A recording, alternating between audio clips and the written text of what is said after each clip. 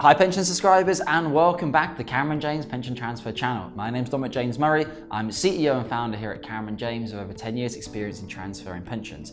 Today's topic of conversation is looking out for safeguarded benefits inside your defined contribution scheme. So, typically speaking, people think safeguarded benefits is in relation to their final salary scheme, and it is, because a final salary defined benefit scheme has safeguarded assets or benefits that are valuable to you, and your scheme obviously will have to index link your pension, etc., over the course of your lifetime, which means, as from 2015, the UK government has put in place legislation which says you must take authorised DB advice before you can transfer your final salary pension. Everyone's very clear on that, nice and simple. What you have to be careful though is with defined contribution schemes, generally older ones, maybe 10 years old, 15 years old, 20 years old. It may well be the pension pot is say worth £100,000 or £200,000 or £300,000. Most clients look at it and say, oh, I have a defined contribution scheme. As such, I don't need authorised safeguarded benefit advice.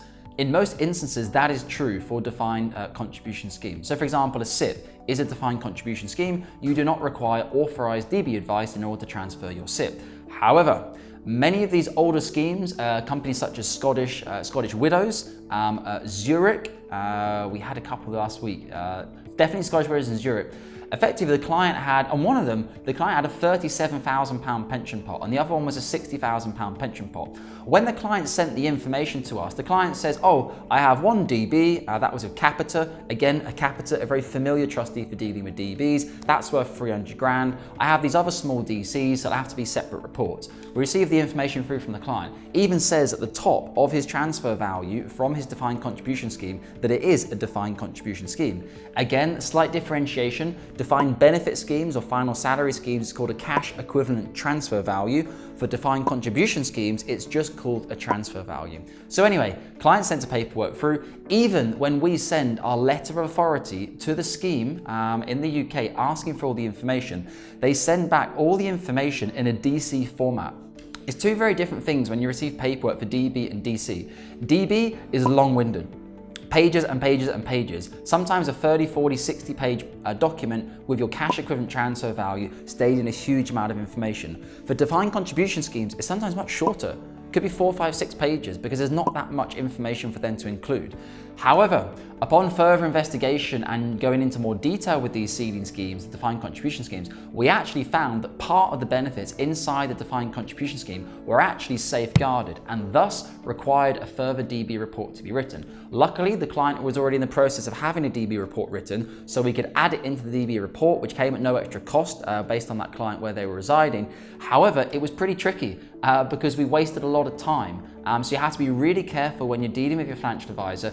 Just because you have a defined contribution scheme doesn't 100% mean that you don't need authorized advice on that pension pot. We even had an example of a client in America, it's just coming to me now. He had 3 what he referred to as defined benefit schemes. The first conversation I had with him, right, you have 3 defined benefit schemes. The cost in that instance was going to be £6,000 for the client in America, £4,000 for the first report for the DB, an additional £1,000 for the 2 further reports. When we sent the information to the seeding schemes, we requested to all of them, can we please have the DB cash equivalent transfer value and about the 20 to 30 factors that we ask for defined benefit final salary schemes. The first 2 schemes came back, Willis Towers Watson and Mercer. The third scheme was actually administrated by Willis Towers Watson, but was basically a Scottish Widows pension, which was probably bought out at some point in time or changed trustee and management.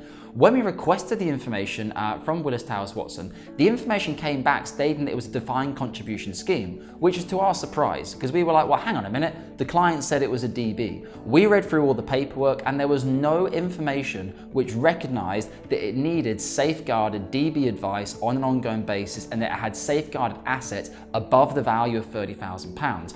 As such, good news, client has a DC, he has his 2 DBs, so his 6 grand report fee has now gone down to a 5 grand report fee, 4 grand for the first one, 1 grand for the second one. Alongside that, we can write him a DC recommendation report, which doesn't need, it's basically a free report, so to speak. Well, it's not free for us to do, but we give it to the client for free for them to understand the situation. So we did the DB report, 2 DBs. We did the DC report for the DC.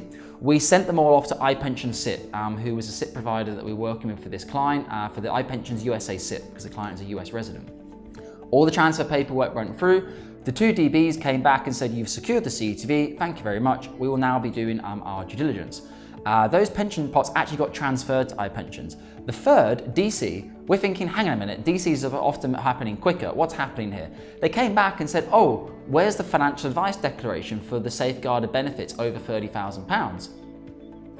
To which we were like, excuse me? We've been communicating with you this since January and February at the start of this year. And then they effectively pulled out extra paperwork and said, oh, what about the GAR rates and this and that and annuity stuff? This was sent to the member in a letter. We were like, well, the member's never had it. Where was it posted? The client lives in America. Have you used the correct address? Was it emailed it to him? Conversation went on and on and on. Basically, they said, without a financial advice declaration, this defined contribution scheme cannot be transferred. So what a nightmare.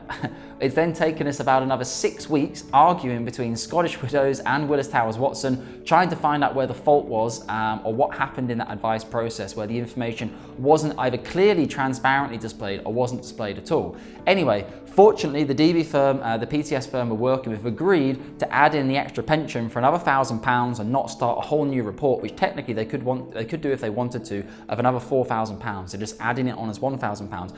But this could have just been done all inside the same report. And I have seen thousands of cash equivalent transfer vows and transfer vows in DC schemes. Even myself, I initially reviewed this paperwork and I did not spot anything which said that this also had safeguarded benefits inside it. So even when you're working with an extremely experienced financial advisory firm, there is still the possibility for defined contribution schemes to slip through when actually they have they have safeguarded benefits inside them.